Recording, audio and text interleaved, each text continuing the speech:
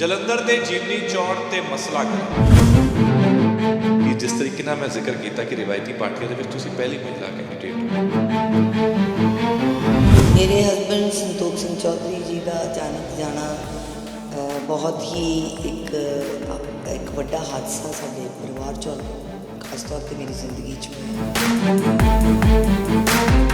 सब कुछ इन्नी जल्दी होया कि कई बार वो सपना लग रहा है, लेकिन अज मैं महसूस करती हाँ कि ये बिल्कुल सच्चाई है। और अज मैं उन्होंने जाने तो बाद उन्होंने जगह से इंडियन नैशनल कांग्रेस के कैंडीडेट वजों जिमनी चोण च पहली महिला सदींदी है या दसी जा रही है। खास तौर पर जो ये चर्चावां छिड़ियां सीगियां तुहाडे मन दे विच भी आया होवेगा कि मेरे घर ये घटना वापरी हैगी है, लेकिन ये सियासी चर्चावां होंदियां।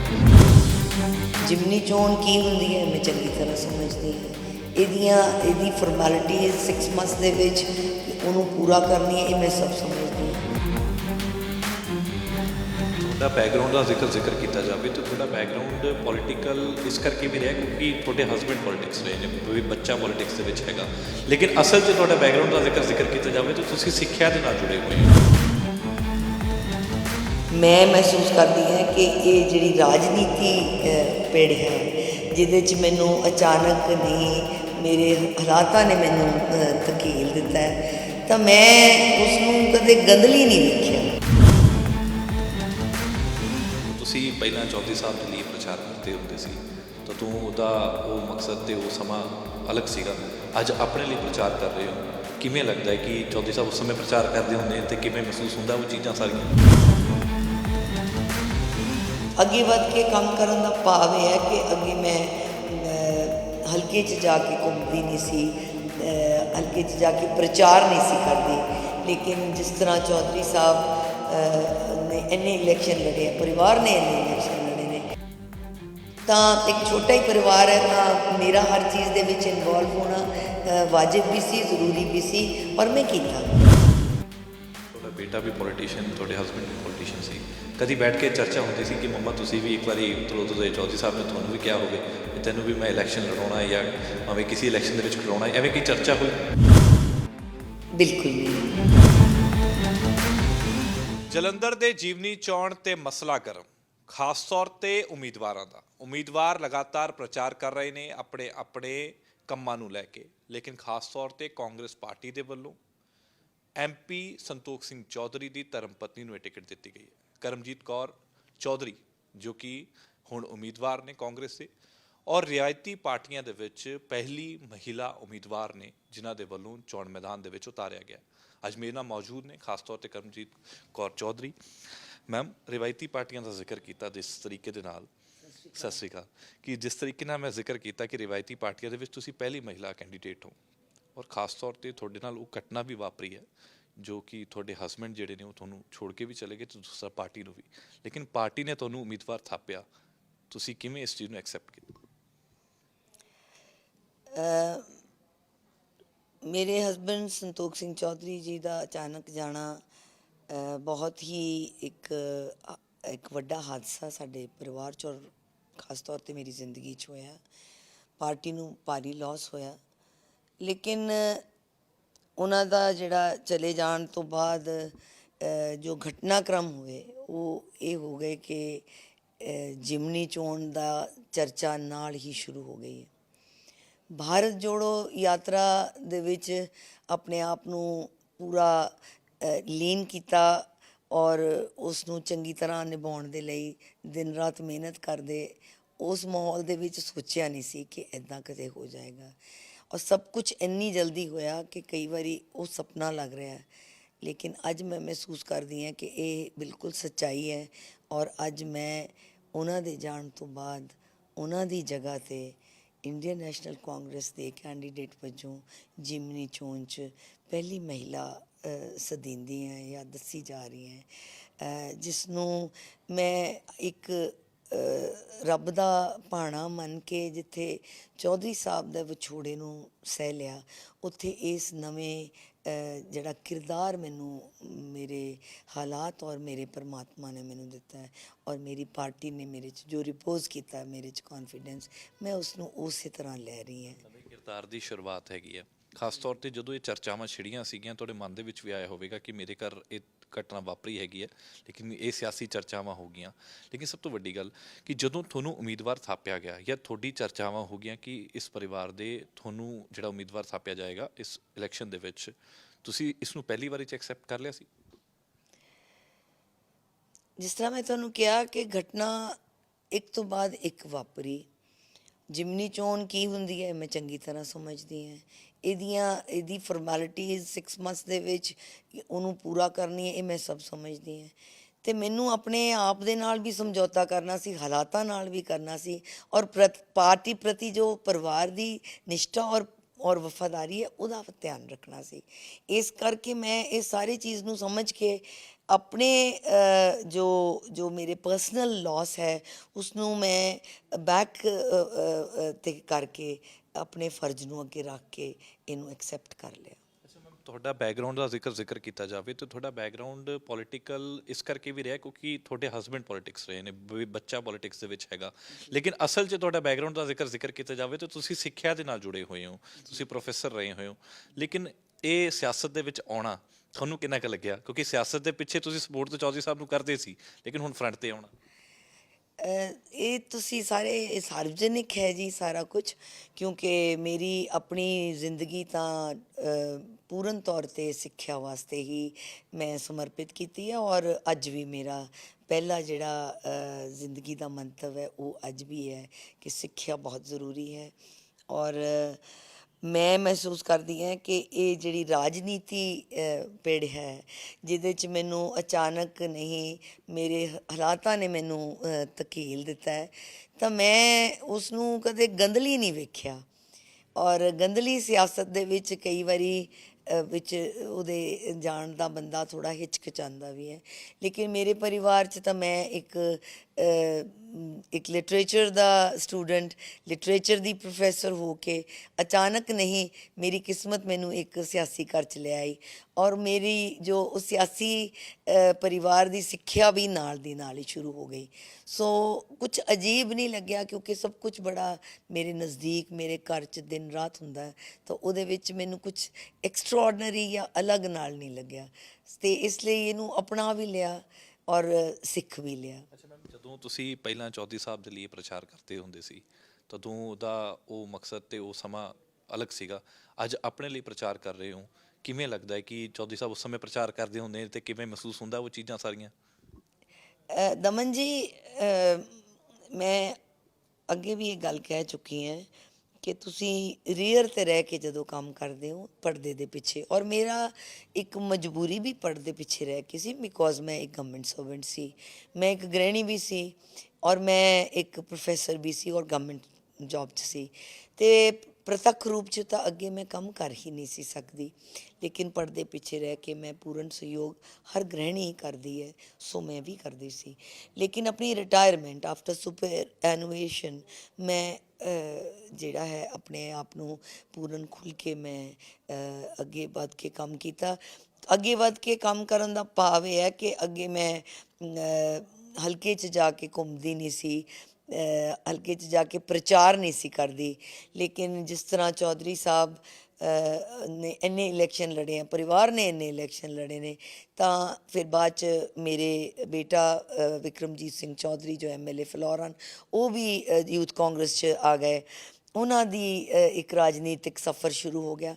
ਤਾਂ ਇੱਕ ਛੋਟਾ ਹੀ ਪਰਿਵਾਰ ਹੈ, ਤਾਂ ਮੇਰਾ ਹਰ ਚੀਜ਼ ਦੇ ਵਿੱਚ ਇਨਵੋਲਵ ਹੋਣਾ ਵਾਜਿਬ ਵੀ ਸੀ, ਜ਼ਰੂਰੀ ਵੀ ਸੀ, ਔਰ ਮੈਂ ਕੀਤਾ ਵੀ। ਅਤੇ ਇਸ ਨੂੰ ਆਪ ਤੁਸੀਂ ਕਿਸੇ ਤਰ੍ਹਾਂ ਵੀ ਲੈ ਲਓ ਕਿ ਪਿੱਛੇ ਬੈਠ ਕੇ ਕਿਸੇ ਚੀਜ਼ ਨੂੰ ਕਰਨਾ ਦੀ ਇੱਕ ਪੂਰਨ ਜ਼ਿੰਮੇਵਾਰੀ ਨਹੀਂ ਹੁੰਦੀ, ਜੋ ਮੈਂ ਅੱਜ ਮਹਿਸੂਸ ਕਰ ਰਹੀ ਹਾਂ ਕਿ ਜਦੋਂ ਤੁਸੀਂ ਫਰੰਟ 'ਤੇ ਆ ਕੇ ਖੁਦ ਕੈਂਡੀਡੇਟ ਹੁੰਦੇ ਹੋ ਤਾਂ ਉਹਦਾ ਇੱਕ ਰਿਸਪੋਂਸੀਬਿਲਿਟੀ, ਉਹਦੀ ਜਿਹੜਾ ਦਾਇਰਾ ਹੈ ਉਹ ਬਿਲਕੁਲ ਡਿਫਰੈਂਟ ਹੈ ਔਰ ਬੜਾ ਚੈਲੰਜਿੰਗ ਹੈ, ਔਰ ਮੈਂ ਉਸ ਨੂੰ ਨਿਭਾਉਣ ਦੀ ਆਪਣੀ ਪੂਰੀ ਕੋਸ਼ਿਸ਼ ਕਰ ਰਹੀ ਹਾਂ। ਅੱਛਾ ਮੈਮ, ਤੁਹਾਡਾ ਬੇਟਾ ਵੀ ਪੋਲੀਟੀਸ਼ੀਅਨ, ਤੁਹਾਡੇ ਹਸਬੈਂਡ ਵੀ ਪੋਲੀਟੀਸ਼ੀਅਨ ਸੀ, ਕਦੀ ਬੈਠ ਕੇ ਚਰਚਾ ਹੁੰਦੀ ਸੀ ਕਿ ਮੰਮਾ ਤੁਸੀਂ ਵੀ ਇੱਕ ਵਾਰੀ ਉਤਰੋ ਦੇ ਚੌਧਰੀ ਸਾਹਿਬ ਨੇ ਤੁਹਾਨੂੰ ਵੀ ਕਿਹਾ ਹੋਵੇ ਕਿ ਤੈਨੂੰ ਵੀ ਮੈਂ ਇਲੈਕਸ਼ਨ ਲੜਾਉਣਾ ਜਾਂ ਭਾਵੇਂ ਕਿਸੇ ਇਲੈਕਸ਼ਨ ਦੇ ਵਿੱਚ ਖੜਾਉਣਾ, ਐਵੇਂ ਕੋਈ ਚਰਚਾ ਹੋਈ?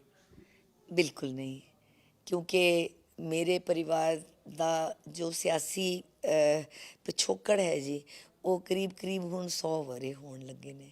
ਅਤੇ ਕਾਂਗਰਸ ਦੇ ਵਿੱਚ ਸਾਡਾ ਇੰਨਾ ਲੰਬਾ ਸਫ਼ਰ, ਔਰ ਸਾਡਾ ਕਾਂਗਰਸ ਦੀ ਵਿਚਾਰਧਾਰਾ 'ਚ ਵਿਸ਼ਵਾਸ, ਔਰ ਕਾਂਗਰਸ ਦਾ ਸਾਡੇ ਪਰਿਵਾਰ ਦੇ ਉੱਤੇ ਸਾਡੇ ਜੋ ਵਿਸ਼ਵਾਸ ਹੈ ਉਹ ਇੰਨਾ ਸੈਟਿਸਫਾਈਂਗ ਹੈ ਕਿ ਮੇਰੇ ਸਾਡੇ ਪਿਤਾ ਜੀ ਲੇਟ ਮਾਸਟਰ ਗੁਰਬੰਤਾ ਸਿੰਘ ਜੀ ਲੰਬਾ ਅਰਸਾ ਸਿਆਸਤ ਕੀਤੀ, ਔਰ 7 ਵਾਰੀ ਜਿੱਤ ਕੇ ਗਿਆਨੀ ਜੈਲ ਸਿੰਘ ਜੀ ਦੀ ਸਰਕਾਰ 'ਚ ਉਹ ਅਨਅਪੋਜ਼ਡ ਜਿੱਤੇ ਜੀ। ਇਹ ਹਿਸਟਰੀ ਹੈ। ਔਰ ਅਨਡਿਵਾਈਡਡ ਇੰਡੀਆ ਦੇ ਉਹ ਪਾਰਲੀਮੈਂਟਰੀ ਸੈਕਟਰੀ ਰਹੇ, MLA ਰਹੇ। ਅਤੇ ਉਸ ਤੋਂ ਬਾਅਦ ਮੇਰੇ ਜੇਠ ਜੀ ਰਹੇ, ਉਸ ਤੋਂ ਬਾਅਦ ਸੰਤੋਖ ਜੀ ਰਹੇ। ਫਿਰ ਉਹਨਾਂ ਨੇ 2 ਪਾਰਲੀਮੈਂਟ ਦੀਆਂ ਇਲੈਕਸ਼ਨਸ ਲੜੀਆਂ। ਹੁਣ ਵਿਕਰਮਜੀਤ ਲੜ ਕੇ MLA ਨੇ। ਤਾਂ ਮੈਨੂੰ ਤਾਂ ਕਦੇ ਧਿਆਨ ਹੀ ਨਹੀਂ ਆਇਆ ਕਿ ਮੈਂ ਆਵਾਂ ਜਾਂ ਮੇਰੇ ਘਰਦਿਆਂ ਨੇ ਕਦੇ ਕਿਹਾ ਹੋਵੇ। ਇੰਨਾ ਕੰਮ ਹੁੰਦਾ ਹੈ ਇੱਕ ਸਿਆਸੀ ਘਰ 'ਚ ਕਿ ਤੁਹਾਨੂੰ ਇਹ ਸੈਟਿਸਫੈਕਸ਼ਨ ਵੀ ਹੋਣੀ ਚਾਹੀਦੀ ਹੈ ਕਿ ਘਰ ਦੇ ਬਾਕੀ ਜੀ ਕਰ ਰਹੇ ਨੇ। ਮੈਂ ਇੱਦਾਂ ਕਦੇ ਸੋਚਿਆ ਨਹੀਂ ਸੀ। ਇਹ ਤਾਂ ਮੇਰੇ ਹਾਲਾਤ ਬਣੇ ਹੈ, ਔਰ ਹੁਣ ਮੈਂ ਇਸ ਹਾਲਾਤ ਨੂੰ, ਇਹਨਾਂ ਸਰਕਮਸਟਾਂਸਿਸ ਨੂੰ ਵਾਹਿਗੁਰੂ ਦਾ ਇੱਕ ਹੁਕਮ ਮੰਨ ਕੇ ਅਪਣਾ ਚੁੱਕੀ ਹਾਂ। ਅੱਛਾ ਮੈਮ, ਹੁਣ ਚੋਣ ਪ੍ਰਚਾਰ ਦੇ ਲਈ ਜਦੋਂ ਆਪਣੇ ਚੋਣ ਪ੍ਰਚਾਰ ਦੇ ਲਈ ਜਾਂਦੇ ਹੋ, ਖਾਸ ਤੌਰ 'ਤੇ ਕਿਹੜੇ ਕੰਮ ਵੇਖਦੇ ਹੈਗੇ ਹੋ? ਕਿਉਂਕਿ ਪਹਿਲਾਂ ਚੌਧਰੀ ਸਾਹਿਬ ਖੁਦ ਜਾਂਦੇ ਸੀਗੇ, ਉਹ ਵਿਚਰਦੇ ਸੀ ਗਰਾਊਂਡ ਜ਼ੀਰੋ ਤੱਕ, ਲੇਕਿਨ ਹੁਣ ਗਰਾਊਂਡ ਜ਼ੀਰੋ ਤੱਕ ਤੁਸੀਂ ਜਾ ਰਹੇ ਹੋ, ਹਰ ਇੱਕ ਪਿੰਡ ਦੇ ਵਿੱਚ, ਹਰ ਇੱਕ ਹਲਕੇ ਦੇ ਵਿੱਚ, ਹਰ ਇੱਕ ਕਲੋਨੀ ਦੇ ਵਿੱਚ, ਵਾਰਡ ਦੇ ਵਿੱਚ। ਤੁਹਾਨੂੰ ਕਿਹੜੀਆਂ ਸਮੱਸਿਆਵਾਂ ਜਿਹੜੀਆਂ ਨੇ ਨਜ਼ਰ ਆਉਂਦੀਆਂ ਨੇ ਜੋ ਕਰਮਜੀਤ ਕੌਰ ਮੰਨਦੇ ਨੇ ਕਿ ਮੈਂ ਲੋਕ ਸਭਾ ਦੇ ਵਿੱਚ ਜਾਵਾਂ ਅਤੇ ਇਹ ਮੁੱਦੇ ਮੇਰੇ ਪੰਜਾਬ ਦੇ ਹੋਣੇ ਚਾਹੀਦੇ? ਦਮਨ ਜੀ, ਸਾਡਾ ਸਮਾਜ ਬੜਾ ਲੰਬਾ ਅਰਸਾ ਤਾਂ ਚਲੋ ਅਸੀਂ ਗੁਲਾਮੀ ਕੱਟੀ ਹੈ, ਔਰ ਸਾਡੀ ਪਾਰਟੀ ਨੇ ਦੇਸ਼ ਦੀ ਆਜ਼ਾਦੀ 'ਚ ਬੜਾ ਵੱਡਾ ਰੋਲ ਅਦਾ ਕੀਤਾ ਹੈ। ਸ਼ਹਾਦਤਾਂ ਦੇ ਕੇ ਅਸੀਂ ਦੇਸ਼ ਦੀ ਆਜ਼ਾਦੀ ਦੇ ਸੁਪਨੇ ਨੂੰ ਪੂਰਾ ਕੀਤਾ ਹੈ, ਉਹਦਾ ਹਿੱਸੇਦਾਰੀ ਹੈ। ਔਰ ਕਿਸੇ ਚੀਜ਼ ਨੂੰ ਨਵੇਂ ਸਿਰੋਂ ਸ਼ੁਰੂ ਕਰਦਾ ਤਾਂ ਬੜੀਆਂ ਔਂਕੜਾਂ ਆਉਂਦੀਆਂ ਨੇ ਜੋ ਸਾਰਿਆਂ ਨੇ ਵੇਖੀਆਂ ਨੇ ਸਾਡੇ ਗੁਲਾਮੀ ਜਾਣ ਤੋਂ ਬਾਅਦ। ਲੇਕਿਨ ਬਹੁਤ ਕੁਛ ਵਾਂਟਿੰਗ ਹੈ ਸਮਾਜਿਕ ਤੌਰ 'ਤੇ ਵੀ, ਖਾਸ ਤੌਰ 'ਤੇ ਸਮਾਜਿਕ ਪੱਧਰ ਜਿਹੜਾ ਹੈ ਸਾਡੀ ਡੈਮੋਕ੍ਰੈਟਿਕ ਸਾਡੇ ਦੇ ਵਿੱਚ, ਚਾਹੇ ਸਾਡਾ ਸੰਵਿਧਾਨ ਦੁਨੀਆ ਭਰ 'ਚ ਸਭ ਤੋਂ ਬਿਹਤਰੀਨ ਮੰਨਿਆ ਜਾ ਰਿਹਾ। ਬਾਬਾ ਸਾਹਿਬ ਨੇ ਉਸ ਅੰਬੇਦਕਰ ਸਾਹਿਬ ਨੇ ਸਾਰਾ ਉਹਦੇ 'ਚ ਇੰਨਾ ਉਹਨੂੰ ਸੁੰਦਰ ਬਣਾਇਆ ਹੈ। ਲੇਕਿਨ ਜੋ ਉਹਦੀ ਜਿਹੜੀ ਅਸਰ ਹੈ ਹਰ ਵਰਗ 'ਤੇ ਜਿਹੜੀ ਉਹ ਮਿਲਣੀ ਚਾਹੀਦੀ ਹੈ, ਉਹ ਹਜੇ ਵੀ ਕਿਤੇ ਕਿਤੇ ਲੋੜੀਂਦੀ ਵਿਖਦੀ ਹੈ। ਔਰ ਨੋ ਡਾਊਟ ਸਮਾਜ ਦੇ ਵਿੱਚ ਜਿੰਨਾ ਕੰਮ ਹੋਣਾ ਚਾਹੀਦਾ ਸੀ ਜਾਂ ਹੋ ਚੁੱਕਿਆ ਹੈ, ਉਹ ਮੇਰੇ ਹਿਸਾਬ ਨਾਲ ਹਜੇ ਘੱਟ ਹੈ। ਹਰ ਵਰਗ ਨੂੰ ਬਹੁਤ ਕੁਛ ਕਰਨ ਦੀ ਜ਼ਰੂਰਤ ਹੈ। ਔਰ ਉਸ ਇਨਵੋਲਵਮੈਂਟ ਦੇ ਵਿੱਚ ਜਿੱਥੇ ਮੈਂ ਚੌਧਰੀ ਸਾਹਿਬ ਨੂੰ ਕੰਮ ਕਰਦੀ ਵੇਖਦੀ ਸੀ, ਤਾਂ ਇੱਕ ਹਰ ਪਲ ਨਵੀਂ ਜੰਗ ਨੂੰ ਵੇਖਿਆ ਮੈਂ ਕਿ ਕੋਈ ਵੀ ਪਰੇਸ਼ਾਨੀ ਹੈ ਤਾਂ ਅਗਲੇ ਦਿਨ ਕੋਈ ਹੋਰ ਸਮੱਸਿਆ ਸਮਾਜਿਕ ਹੋਈ ਜਾਂ ਰਾਜਨੀਤਿਕ ਹੋਈ ਜਾਂ ਧਾਰਮਿਕ ਹੋਈ, ਇਹ ਸਾਡੇ ਹਿੱਸਾ ਬਣ ਗਏ। ਔਰ ਮੈਂ ਅੱਜ ਮਹਿਸੂਸ ਕਰਦੀ ਹਾਂ ਕਿ ਜੇ ਲੜੀਵਾਰ ਦੇਖਿਆ ਜਾਵਾਂ ਤਾਂ ਬੜੀ ਫਹਿਰਿਸਤ ਲੰਬੀ ਹੋ ਜਾਏਗੀ, ਲੇਕਿਨ ਮੈਂ ਮਹਿਸੂਸ ਕਰਦੀ ਹਾਂ ਕਿ ਸਾਡੇ ਹਰ ਸਮਾਜ ਦੇ ਹਰ ਵਰਗ ਨੂੰ ਹਰ ਕੁਝ ਕਰਨ ਦੇ ਲਈ ਬਹੁਤ ਅਜੇ ਕੰਮ ਮਿਹਨਤ ਦੀ ਲੋੜ ਹੈ। ਟੀਚਰ ਨੂੰ ਅਕਸਰ ਹੀ ਹੁੰਦਾ ਹੈ ਕਿ ਹੋਮਵਰਕ ਪੂਰਾ ਹੋਵੇ, ਸਟੱਡੀ ਪੂਰੀ ਹੋਵੇ, ਨੌਲੇਜ ਪੂਰੀ ਹੋਵੇ। ਕਰਮਜੀਤ ਕੌਰ ਨੂੰ ਆਪਣੇ ਹਲਕੇ ਦੀ ਪੂਰੀ ਨੌਲੇਜ ਹੈਗੀ ਆ? ਜਿਸ ਤਰੀਕੇ ਦੇ ਨਾਲ ਹੁਣ ਸਮਾਂ ਤਾਂ ਤੁਹਾਡੇ ਕੋਲ ਬਹੁਤ ਘੱਟ ਮਿਲਿਆ ਤੁਹਾਨੂੰ ਪ੍ਰਚਾਰ ਦੇ ਲਈ ਵੀ, ਸਮਝਣ ਦੇ ਲਈ ਵੀ, ਔਰ ਇੰਡੀਪੈਂਡੈਂਟ ਪੂਰਾ ਸੰਭਾਲਣ ਦੇ ਲਈ ਵੀ, ਲੇਕਿਨ ਤੁਹਾਡਾ ਹੋਮਵਰਕ, ਤੁਹਾਡੀ ਐਜੂਕੇਸ਼ਨ ਪੂਰੀ ਹੈਗੀ ਹਲਕੇ ਨੂੰ ਲੈ ਕੇ? ਤੁਸੀਂ ਐਜੂਕੇਸ਼ਨ ਦਾ ਨਾਮ ਵਿੱਚ ਲੈ ਰਹੇ ਹੋ। ਆਦਮੀ ਹਰ ਪਲ ਸਿੱਖਦਾ ਹੈ, ਔਰ ਮੈਂ ਸਮਝਦੀ ਹਾਂ ਕਿ ਜ਼ਿੰਦਗੀ ਦੇ ਅਖੀਰਲੇ ਸਾਹ ਤੱਕ ਆਦਮੀ ਨੂੰ ਸਿੱਖਦੇ ਰਹਿਣਾ ਚਾਹੀਦਾ ਹੈ। ਕਿਉਂਕਿ ਵੈਨ ਯੂ ਥਿੰਕ ਕਿ ਪਰਫੈਕਸ਼ਨ ਆ ਗਈ, when things lead to perfection, I think it dies. ਔਰ ਮੇਰੇ ਹਿਸਾਬ ਦੇ ਨਾਲ ਹੈ ਕਿ ਪਰਫੈਕਟ ਕੋਈ ਵੀ ਨਹੀਂ ਹੁੰਦਾ, ਤੁਹਾਨੂੰ ਸਿੱਖਦਾ ਹੀ ਰਹਿਣਾ ਚਾਹੀਦਾ ਹੈ। ਲੇਕਿਨ ਜਿਹੜੀ ਤੁਸੀਂ ਮੈਨੂੰ ਗੱਲ ਕਹਿ ਰਹੇ ਹੋ ਕਿ ਤੁਸੀਂ ਸਿੱਖਿਆ ਜਾਂ ਕਿਸ ਤਰ੍ਹਾਂ, ਇਹ ਜਿਹੜੀ ਸਿੱਖਤ ਹੈ ਔਰ ਜੋ ਨੌਲੇਜ, ਇਹ ਮੈਨੂੰ ਹਰ ਪਲ ਦਿਖਦੀ ਸੀਗੀ ਆਪਣੇ ਘਰ ਦੇ ਵਿੱਚ, ਔਰ ਹਰ ਚੀਜ਼ ਦੇ ਵਿੱਚ ਮੈਂ ਇਨਵੋਲਵ ਹੋ ਜਾਂਦੀ ਸੀ। ਇਨਵੋਲਵ ਤੋਂ ਭਾਵ ਇਹ ਹੈ ਕਿ ਜੇ ਪਾਰਲੀਮੈਂਟ ਲੱਗਿਆ ਹੈ ਤਾਂ ਮੈਂ ਪਾਰਲੀਮੈਂਟ ਦੇਖਦੀ ਸੀ, ਹਰ ਇੱਕ ਬੰਦੇ ਨੂੰ ਬੋਲਦਾ ਦੇਖਦੀ ਸੀ, ਉਹਦੇ ਉਠਾਏ ਹੋਏ ਮੁੱਦਿਆਂ ਨੂੰ ਵੇਖਦੀ ਸੀ। ਅਤੇ ਇਹ ਇੱਕ ਇਨਡਾਇਰੈਕਟਲੀ ਟ੍ਰੇਨਿੰਗ ਤੁਸੀਂ ਕਹਿ ਲਓ, ਸ਼ੌਕ ਵੀ ਹੋਣਾ ਕਿ ਸਿਰਫ ਦੇਖ ਲਿਆ ਔਰ TV ਬੰਦ ਕਰਤਾ, ਇਸ ਤਰ੍ਹਾਂ ਨਹੀਂ। ਲੇਕਿਨ ਆਪਣੇ ਆਪ ਨੂੰ ਇਨਵੋਲਵ ਕਰਕੇ ਹਰ ਕਰੰਟ ਇਸ਼ੂ ਦੇ ਉੱਤੇ ਥੋੜਾ ਪੜ੍ਹ ਕੇ ਉਸ ਨੂੰ ਜਾਣਨਾ, ਚਾਹੇ ਉਸ ਕਿਸਾਨਾਂ ਦਾ ਪ੍ਰੋਬਲਮ ਹੋਵੇ, ਦਲਿਤ ਵਰਗ ਦਾ ਪ੍ਰੋਬਲਮ ਹੋਵੇ, ਇਕਨੋਮਿਕਸ ਪ੍ਰੋਬਲਮ ਹੋਣ ਜਾਂ ਐਜੂਕੇਸ਼ਨ ਔਰ ਹੈਲਥ ਨਾਲ ਪ੍ਰੋਬਲਮਸ ਹੋਣ, ਜਿਹੜੀਆਂ ਚੀਜ਼ਾਂ ਦਰਜਾ ਬਦਰਜਾ ਪਾਰਲੀਮੈਂਟ 'ਚ ਚੱਕੀਆਂ ਜਾਂਦੀਆਂ ਨੇ ਅਲੱਗ-ਅਲੱਗ ਮੰਤਰਾਲਿਆਂ ਦੇ ਵਿੱਚ ਲੋਕਾਂ ਦੇ ਜ਼ਰੂਰ through to the members of the parliament. So ਮੇਰਾ ਧਿਆਨ ਰਹਿੰਦਾ ਸੀਗਾ ਅਤੇ ਉਸ ਕਰਕੇ ਅੱਛਾ ਵੀ ਲੱਗਦਾ ਸੀਗਾ, ਔਰ ਜੇ ਚੀਜ਼ ਅੱਛੀ ਲੱਗਦੀ ਹੈ ਉਹਨੂੰ ਫਿਰ ਤੁਸੀਂ ਹੋਰ ਘੋਕ ਕੇ ਚੱਲਦੇ ਹੋ। ਸੋ ਇਸ ਤਰ੍ਹਾਂ ਦਾ ਕੁਝ ਰੁਝਾਨ ਮੇਰਾ ਵੀ ਰਿਹਾ ਹੈ ਕਿ ਮੈਂ ਚੀਜ਼ ਨੂੰ ਦੇਖ ਕੇ ਉਹਨੂੰ ਉਹਦੇ 'ਚ ਐਜੂਕੇਸ਼ਨ ਲੈਣ ਦੀ ਕੋਸ਼ਿਸ਼ ਕਰਦੀ ਹਾਂ, ਔਰ ਇਹ ਪ੍ਰਯਾਸ ਮੇਰਾ ਸਦਾ ਰਹੇਗਾ। ਕਹਿੰਦੇ ਕਿ ਜਦੋਂ ਟੀਚਰ ਬਣਨਾ ਹੁੰਦਾ ਉਸਦਾ ਸੁਭਾਅ ਹੋ ਜਾਂਦਾ ਹੈ, ਉਹਦਾ ਡਿਸਿਪਲਿਨ ਹੋ ਜਾਂਦਾ, ਉਹਦਾ ਲਿਹਾਜ਼ਾ ਹੋ ਜਾਂਦਾ, ਲੇਕਿਨ ਖਾਸ ਤੌਰ 'ਤੇ ਜਦੋਂ ਕਹਿੰਦੇ ਮੱਥਾ ਦਿੱਲੀ ਨਾਲ ਲੱਗੇ ਤੇ ਉਸ ਦੇ ਲਈ ਤਿਆਰ ਵੀ ਪੂਰਾ ਹੋਣਾ ਪੈਂਦਾ। ਔਰ ਜਿਸ ਤਰੀਕੇ ਦੇ ਨਾਲ 13 ਮੈਂਬਰ ਪਾਰਲੀਮੈਂਟ ਨੇ, ਉਸ ਦੇ ਵਿੱਚੋਂ ਪਹਿਲੇ ਇੱਕ ਮਹਿਲਾ ਹਰਸਿਮਰਤ ਕੌਰ ਬਾਦਲ ਨੇ, ਔਰ ਮੈਨੂੰ ਲੱਗਦਾ ਹੈ ਕਿ ਜੇਕਰ ਤੁਸੀਂ ਜਿੱਤਦੇ ਹੋ ਤਾਂ ਤੁਸੀਂ ਦੂਜੇ ਮਹਿਲਾ ਹੋਵੋਗੇ। ਦਿੱਲੀ ਨਾਲ ਮੱਥਾ ਲਾਉਣ ਨੂੰ ਤਿਆਰ ਹੋ ਪੰਜਾਬ ਦੇ ਉਹਨਾਂ ਮਸਲਿਆਂ ਨੂੰ ਲੈ ਕੇ, ਕਿਉਂਕਿ ਬਹਿਸ ਜਦੋਂ ਹੁੰਦੀ ਹੈ ਤੇ ਮਹਿਲਾ ਉੱਥੇ ਵੀ ਜਾ ਕੇ, ਕਿਉਂਕਿ ਕਹਿੰਦੇ ਮਹਿਲਾ ਬਲ ਬਹੁਤ ਸਟਰੋਂਗ ਹੈਗਾ, ਤੇ ਹੁਣ ਮਹਿਲਾ ਬਲ ਉੱਥੇ ਵੀ ਜਾ ਕੇ ਸਟਰੋਂਗ ਹੈਗਾ। ਦਮਨ ਜੀ, ਤੁਹਾਨੂੰ ਥੋੜ੍ਹਾ ਸ਼ੱਕ ਹੈ। ਹਰ ਮਹਿਲਾ ਸਟਰੋਂਗ ਹੁੰਦੀ ਹੈ, ਚਾਹੇ ਉਹ ਇੱਕ ਗ੍ਰਹਿਣੀ ਹੈ, ਗ੍ਰਹਿਣੀ ਘਰ ਚਲਾਉਂਦੀ ਹੈ ਔਰ ਬੜੇ ਦਮਦਾਰ ਤਰੀਕੇ ਨਾਲ ਚਲਾਉਂਦੀ ਹੈ। ਜਿੰਨਾ ਕੁ ਵੀ ਉਹਨੂੰ ਖਰਚਾ ਮਿਲਦਾ ਉਹਦੇ 'ਚ ਗ੍ਰਸਤੀ ਉਹ ਚਲਾਉਂਦੀ ਹੈ। ਜੋ ਮੇਲ ਫੋਕਸ ਨੇ ਉਹ ਤਾਂ ਬਾਹਰ ਕੰਮ ਕਰਨ ਜਾਂਦੇ ਨੇ, ਅੱਜ ਉਹ ਕੰਮ ਵੀ ਕਰਦੀ ਹੈ, ਘਰ ਵੀ ਸੰਭਾਲਦੀ ਹੈ, ਰਿਸ਼ਤੇ ਵੀ ਨਿਭਾਉਂਦੀ ਹੈ। ਉਸੇ ਤਰ੍ਹਾਂ ਜਿਹੜੀ ਕੰਮ ਕਰਦੀਆਂ ਨੇ ਜਾਂ ਉਹ ਰਾਜਨੀਤੀ 'ਚ ਆ ਜਾਂਦੀਆਂ ਨੇ ਤਾਂ ਉਹ ਉੱਥੇ ਵੀ ਉਨੀ ਹੀ ਅਸਰਦਾਰ ਸਿੱਧ ਹੋਈਆਂ ਨੇ, ਔਰਤ ਅਸੀਂ ਦੇਖ ਸਕਦੇ ਹਾਂ। ਤੁਸੀਂ ਬੀਬਾ ਹਰਸਿਮਰਤ ਜੀ ਦੀ ਗੱਲ ਕੀਤੀ ਹੈ, ਉਹ ਬੜੇ ਦਮਦਾਰ ਤਰੀਕੇ ਨਾਲ ਆਪਣੀ ਗੱਲ ਰੱਖਦੇ ਨੇ, ਔਰ ਅਸੀਂ ਉਹਨਾਂ ਨੂੰ ਫੋਲੋ ਵੀ ਕਰਦੇ ਸੀ, ਦੇਖਦੇ ਵੀ ਸੀ। ਅਤੇ ਇਹ 'ਚ ਕੋਈ ਸ਼ੱਕ ਨਹੀਂ ਹੈ ਕਿ ਜਦੋਂ ਤੁਸੀਂ ਖੁਦ ਟ੍ਰੇਨਿੰਗ ਲਓਗੇ ਔਰ ਖੁਦ ਆਪਣਾ ਹੋਮਵਰਕ ਕਰਕੇ ਜਾਓਗੇ ਤਾਂ ਤੁਸੀਂ ਆਪਣਾ ਵੀ ਬੈਸਟ ਦੇਣ ਦੀ ਕੋਸ਼ਿਸ਼ ਕਰੋਗੇ, ਜੋ ਮੈਂ ਵੀ ਕਰੂੰਗੀ ਜੇ ਮੈਨੂੰ ਮੌਕਾ ਮਿਲਿਆ ਤਾਂ। ਅੱਛਾ ਮੈਮ, ਤੁਸੀਂ ਪ੍ਰਚਾਰ ਦੇ ਵਿੱਚ ਜਦੋਂ ਜਾਂਦੇ ਹੋ, ਖਾਸ ਤੌਰ 'ਤੇ ਕੀ ਕੁਝ ਚੀਜ਼ਾਂ ਜਿਹੜੀਆਂ ਨੇ ਉਹ ਲੋਕਾਂ ਦੇ ਅੱਗੇ ਰੱਖਦੇ ਹੋ? ਕਿਉਂਕਿ ਜਿਹੜੇ ਹਾਲਾਤ, ਜਿਹੜੇ ਮਸਲਿਆਂ ਨੂੰ ਲੈ ਕੇ, ਹਾਲਾਂਕਿ ਹਾਰਡ ਪੋਲੀਟਿਕਸ ਉਸੀ ਨੂੰ ਕਹਿੰਦੇ ਨੇ ਕਿ ਮਸਲੇ ਜਿਹੜੇ ਰੱਖੇ ਜਾ ਰਹੇ ਨੇ, ਹਾਲਾਂਕਿ ਤੁਹਾਡੀ ਪਾਰਟੀ ਦੇ ਕਈ ਲੀਡਰ ਮਸਲੇ ਚੱਕਦੇ ਨੇ ਕਿ ਲਾਅ ਐਂਡ ਆਰਡਰ ਦੀ ਸਥਿਤੀ ਜਿਹੜੀ ਉਹ ਸਹੀ ਰਹਿਣੀ ਚਾਹੀਦੀ ਹੈ, ਪੰਜਾਬ ਦੇ ਵਿੱਚ ਬਿਲਕੁਲ ਖਤਮ ਹੈਗੀ ਹੈ। ਦੂਸਰੀ ਜਗ੍ਹਾ 'ਤੇ ਬੇਦਬੀ ਕੱਲ ਹੋਈ ਹੈ ਗੁਰਦੁਆਰਾ ਸਾਹਿਬ ਦੇ ਵਿੱਚ, ਉਹ ਵੀ ਮਸਲੇ ਚੱਕੇ ਜਾਂਦੇ ਨੇਗੇ। ਔਰ ਪੰਜਾਬ ਦੇ ਅਜੇ ਕਈ ਮਸਲੇ ਨੇ ਜਿਸ ਨੂੰ ਲੈ ਕੇ ਲੋਕ ਸਭਾ ਦੇ ਵਿੱਚ ਆਵਾਜ਼ ਚੱਕਣੀ ਹੁੰਦੀ ਹੈ। ਤੁਸੀਂ ਕਿਹੜੇ ਮਸਲੇ ਜਿਹੜੇ ਨੇ ਉਹ ਲੋਕਾਂ ਦੇ ਵਿੱਚ ਲੈ ਕੇ ਜਾਂਦੇ ਹੋ, ਹਲਕੇ ਦੇ ਵਿੱਚ ਲੈ ਕੇ ਜਾਂਦੇ ਹੋ? ਦਮਨ ਜੀ, ਮੇਰਾ ਥੋੜ੍ਹਾ ਜਿਹਾ ਨਜ਼ਰੀਆ ਡਿਫਰੈਂਟ ਹੈ, ਕਿਉਂਕਿ ਮੈਂ ਮਹਿਸੂਸ ਕਰਦੀ ਹਾਂ ਕਿ ਅਸੀਂ ਦੇਸ਼ ਨੂੰ ਅੱਗੇ ਵਧਾਉਣ ਦੀ, ਪੰਜਾਬ ਨੂੰ ਖਾਸ ਤੌਰ 'ਤੇ ਅਸੀਂ, ਸਾਡਾ ਸਿਰਮੌਰ ਜਿਹੜਾ ਇਹ ਸਟੇਟ ਰਿਹਾ ਹੈ, ਔਰ ਬੜੇ ਦੁੱਖ ਦੀ ਗੱਲ ਹੈ ਕਿ ਸਾਡੇ ਜੋ ਸਾਡਾ ਪੰਜਾਬ ਹੈ ਉਹਨੂੰ ਮਾਨੂੰ ਨਜ਼ਰ ਜਿਹੀ ਲੱਗੀ ਹੋਈ ਹੈ, ਔਰ ਇਸ ਦੇ ਕਾਰਨ ਸਾਰੇ ਜਾਣਦੇ ਵੀ ਨੇ। ਵੱਖੋ ਵੱਖ ਸਮੇਂ 'ਤੇ ਸਰਕਾਰਾਂ ਜਾਂ ਸਰਕਾਰਾਂ ਦੁਆਰਾ ਕੁਝ ਗਲਤੀਆਂ, ਜਾਂ ਈਵਨ ਸਾਡੇ ਜਿਹੜੇ ਸਿਟੀਜ਼ਨਸ ਹੈ ਉਹਨਾਂ ਦੀ ਵੀ ਇੱਕ ਆਪਣੀ ਰਿਸਪੋਂਸੀਬਿਲਿਟੀ ਤੋਂ ਪਰੇ ਹੋਣਾ ਵੀ ਇਹਦਾ ਮੈਂ ਕਾਰਨ ਮੰਨਦੀ ਹਾਂ, ਕਿਉਂਕਿ ਸਿਰਫ ਕ੍ਰਿਟਿਸਿਜ਼ਮ ਕਰਨ ਦੇ ਨਾਲ ਦੇਸ਼ ਜਾਂ ਪੰਜਾਬ ਅੱਗੇ ਨਹੀਂ ਵਧੇਗਾ।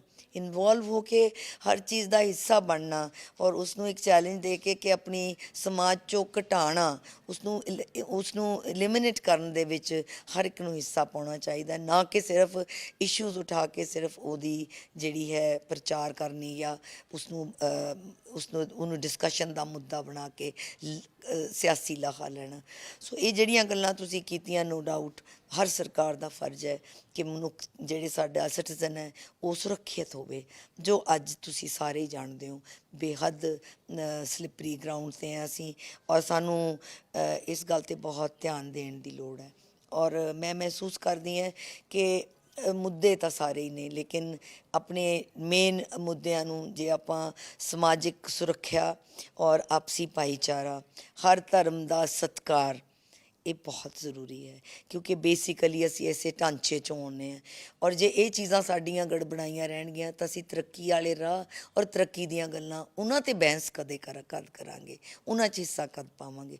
ਸੋ ਮੇਰਾ ਇਹ ਆਪਣਾ ਨਜ਼ਰੀਆ ਹੈ ਕਿ ਸਾਰੀਆਂ ਚੀਜ਼ਾਂ ਨੂੰ ਇੱਕ ਪਾਸੇ ਰੱਖ ਕੇ ਪਹਿਲਾਂ ਜੋ ਜੇ ਅਸੀਂ ਇੱਕ ਹੋ ਕੇ ਚੱਲਾਂਗੇ ਤਾਂ ਅਸੀਂ ਸਾਰੇ ਰਲ ਕੇ ਆਪਣੇ ਪੰਜਾਬ ਨੂੰ ਸੋਹਣਾ ਬਣਾ ਸਕਦੇ ਹਾਂ, ਸ਼ਾਂਤ ਪ੍ਰਿਯ ਬਣਾ ਸਕਦੇ ਹਾਂ ਔਰ ਮੁੜ ਇਹਦੀ ਉਹ ਗਲੋਰੀ ਜਿਹੜੀ ਹੈ ਉਹਨੂੰ ਬਰਕਰਾਰ ਕਰ ਸਕਦੇ ਹਾਂ, ਜਿਹਦੇ 'ਚ ਮੈਂ ਜੋ ਵੀ ਯੋਗਦਾਨ ਮੇਰਾ ਪਾ ਸਕਾਂਗੀ ਮੈਂ ਜ਼ਰੂਰ ਪਾਉਣ ਦੀ ਕੋਸ਼ਿਸ਼ ਕਰਾਂਗੀ, ਕਿਉਂਕਿ ਨਸੀਹਤ ਕਰਨੀ ਬੜੀ ਆਸਾਨ ਹੁੰਦੀ ਹੈ, ਉਹਨੂੰ ਆਪਣੇ 'ਚ ਢਾਲ ਕੇ ਉਹਨੂੰ ਉਹਦੇ 'ਤੇ ਚੱਲਣਾ ਥੋੜ੍ਹਾ ਡਿਫਿਕਲਟ ਹੈ। ਮੈਂ ਮਹਿਸੂਸ ਕਰਦੀ ਹਾਂ ਕਿ ਥੋੜ੍ਹੇ ਆਈਡੀਅਲਸ, ਥੋੜ੍ਹੇ ਜਿਹੇ ਆਪਣੇ ਲਈ ਅਸੂਲ ਬਣਾਓ, ਲੇਕਿਨ ਉਹਨਾਂ 'ਤੇ ਚੱਲੋ ਜ਼ਰੂਰ। ਅੱਛਾ, ਮੇਰਾ ਆਖਰੀ ਸਵਾਲ ਹੈ, ਤੁਸੀਂ ਪ੍ਰਚਾਰ ਦੇ ਵਿੱਚ ਬਿਜ਼ੀ ਹੋ ਜਿਸ ਤਰੀਕੇ ਦੇ ਨਾਲ, ਤੁਹਾਡੀ ਸਰਲਤਾ ਬੋਲਦੀ ਹੈਗੀ ਹੈ, ਤੁਸੀਂ ਇੱਕ ਰੈਣੀ ਤੋਂ ਉੱਠੇ ਹੋ, ਤੁਸੀਂ ਐਜੂਕੇਸ਼ਨ ਦੇ ਵਿੱਚ ਰਹੇ ਹੋ, ਲੇਕਿਨ ਪੋਲਿਟਿਕਸ ਬਹੁਤ ਹਾਰਡ ਹੁੰਦੀ ਹੈਗੀ ਹੈ।